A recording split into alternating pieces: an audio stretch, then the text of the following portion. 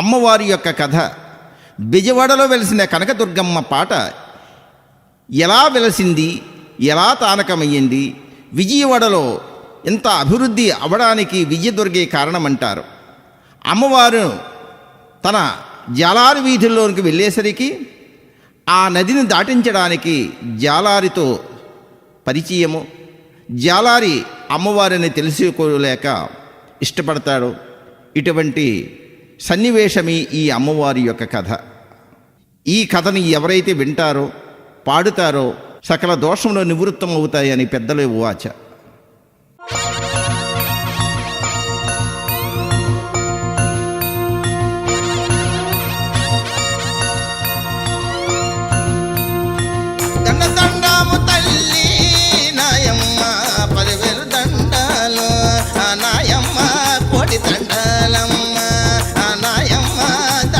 పెట్టుకుంటే నయవారో దర్శనమిచ్చేటి, నయవారో దండాలు పెట్టుకుంటే నయవారో ధనధాన్యాలు ఇచ్చేటి, నయవారో దండిగా ఇస్తాది, నయవారో దక్షిణ భాగములో నయవారో దేవతగా వెలసింది, నయవారో కృష్ణ నది ఒడ్డున, నయవారో ఇంద్రకీలాద్రి పైన, నయవారో వేప చెట్టు కింద, నయవారో తానకమైంది.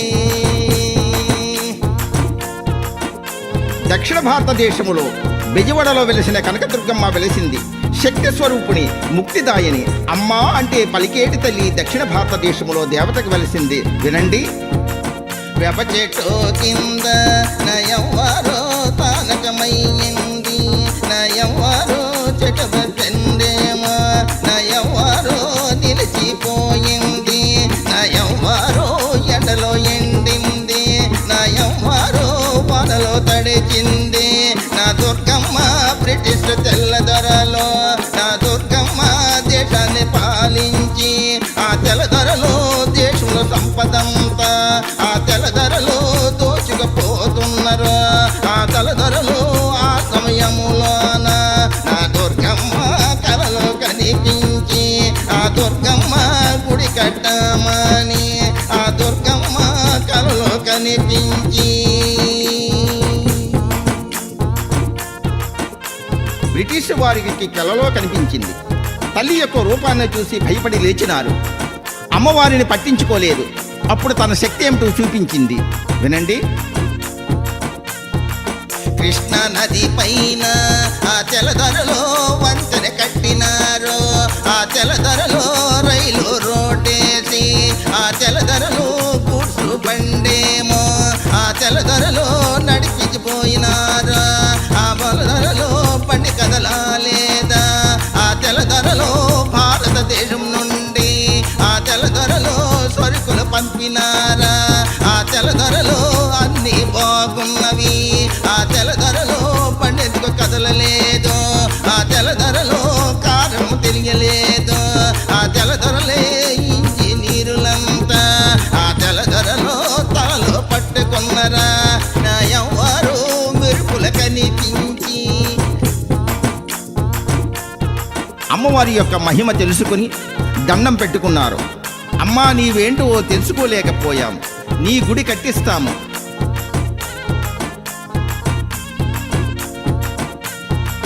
నలుగురు తెల్లదొరలో నాయమ్మ మాట్లాడుకున్నారు, నయవ్వారో ఇంజనీరులంతా నయవ్వారో నమూనా ఇచ్చినారు, నయవ్వారో గుడి కట్టడానికి నయవ్వారో ముహూర్తం పెట్టినారు, నయవ్వారో తెల్లంతలోనే నయవ్వారో గుడి పనులు వేగమాయే, నయవ్వారో తక్కువ కాలములో నయవ్వారో గుడి పరిపూర్తయ్యే, నయవ్వారో గుడి ప్రతిష్ఠ చేసి నయవ్వారికి ప్రాణ ప్రతిష్ఠ, నయవ్వారో కనకదుర్గమ్మకి నయవ్వారో గుడిలో పెట్టినారు. ఎప్పుడైతే తెల్లదొరలు గుడి కట్టి గుడిలో పెట్టినారో వారి యొక్క వ్యాపారం 3 పువ్వులు 6 కాయలుగా నడిచింది. తల్లి యొక్క మహిమలు తెలుసుకున్నారో తెల్లదొరలు. పూజలు చేసినారో నాయమ్మ మొక్కులు మొక్కినారో కోరిన కోర్కెలో నాయమ్మ తీర్చేది ఆ తల్లి నయవ్వారు బెజవాడ పట్టణము నయవ్వారో తేదీత్యముగాను నయవ్వారో అభివృద్ధి చెందింది నా దుర్గమ్మ తలచినంతలోనే నయవ్వారో పనులు జరిగిపోయే ప్రతి ఒక్కరిలోనూ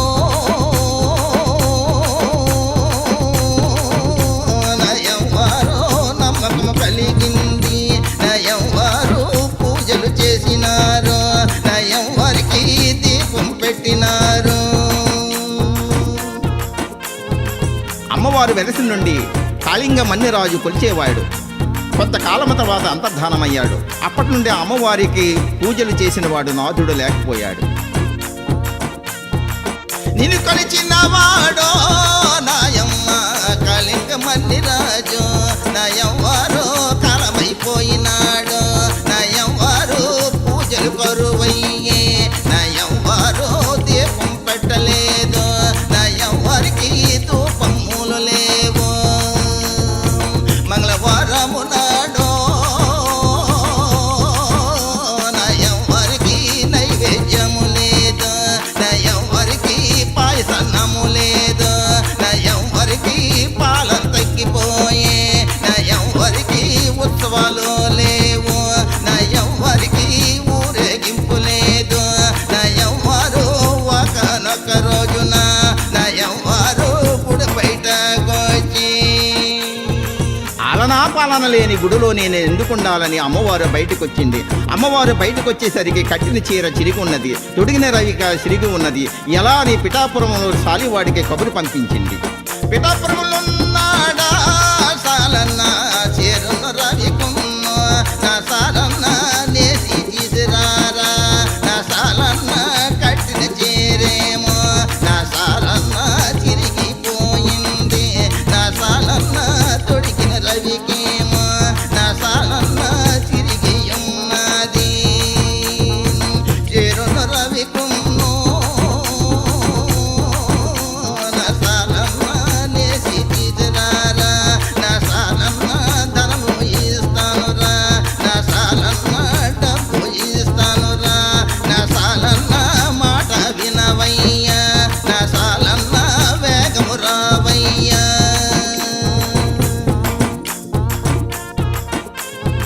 అమ్మవారు పంపించిన కబురు విని సాలివాడు సంతోషపడ్డాడు. శక్తి స్వరూపమైనటువంటి తల్లి నాకు కబురు పంపించింది, ఎంత అదృష్టవంతుడని సంతోషపడ్డాడు.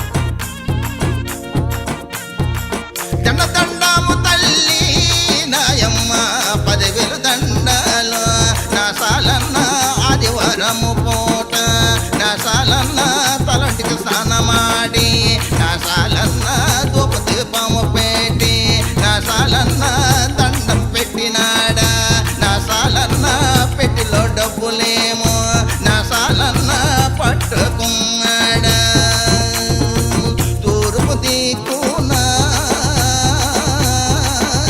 నా సాలన్న తిరిగి ప్రయాణమయ్యే నా సాలన్న దండం పెట్టినాడా నా సాలన్న సంతకి చేరినాడు నా సాలన్న పట్టుకున్నాడా.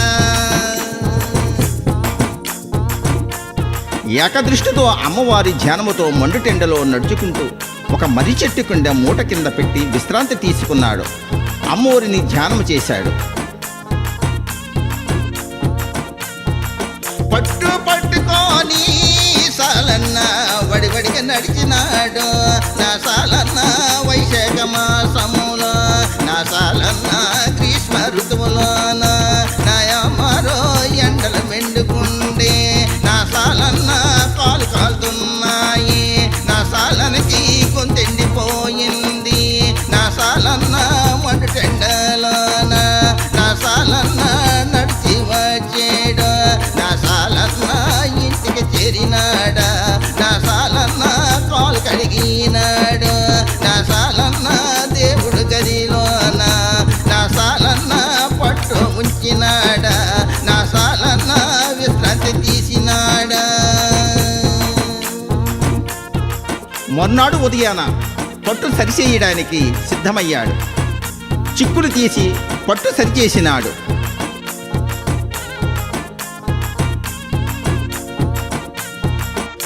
తెల్లవారింది, సాలన్న స్నానం చేసినాడు, నా సాలన్న పట్టు తీసినాడు, నా సాలన్న చిక్కులు తీసినాడు, నా సాలన్న సిరిగడ్డాడమ్మ, నా సాలన్న అన్నదమ్ములతోటి నా సాలన్న సరిగా పెట్టినాడు, మగ్గము పెట్టినాడు, నా సాలన్న నేత మొదలేటి, నా సాలన్న బావమరుదులతోటి నా సాలన్న బాగుగా నేసినాడా, బయట కొంగుల మీద సాలన్న పాల పిట్టలు నేసి. సాలివాడు నేసిన రవిక చీర మడత పెట్టి మూట కట్టి శంఖలో పెట్టుకుని బయలుదేరినాడు. అల్లంత దూరములో బెజవాడకు చేరుకున్నాడు.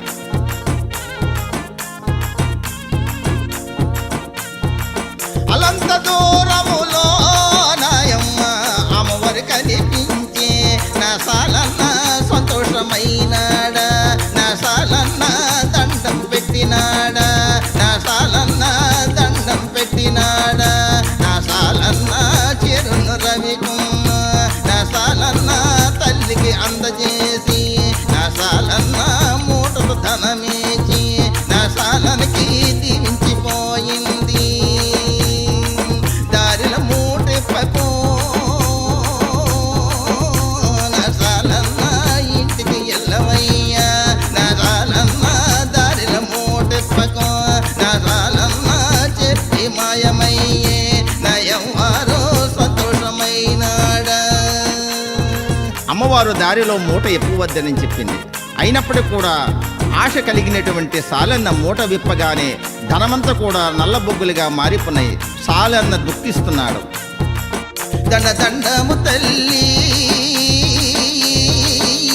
నయవారో నందము తల్లి, నయవారో నా తప్పు మన్నించు, నయవారో నా మాట వినవమ్మ, నయవారో చిన్న బుద్ధి గలవాడనే, నయవారో మూట విప్పినాను, నయవారో బొగ్గులుగా మారినాయి, నయవారో ఎంతో కష్టపడి నయవారో చెరును రవికున్న, నయవారో నేసినానమ్మ, నయవారో పెదింటి వాడనమ్మ, నయవారో పిల్లల గలవాడనే, నయవారో నా తప్పు మన్నించు. అమ్మవారు కనికరించి సాలివాడికి మరల ధనం ఇచ్చింది. సాలివాడు ఆనందంతో మూట శంఖలో పెట్టుకుని ఇంటికి చేరి పిల్ల పాపలతో ఆనందంగా ఉన్నాడు. ఇక్కడ అమ్మవారు జాలారి వీధులకు బయలుదేరుతున్నది. దండును రమ్మన్నది నాయమ్మ కబురు పెట్టింది, నాయవ్వారు క్రమదేవతలకి, నాయవ్వారు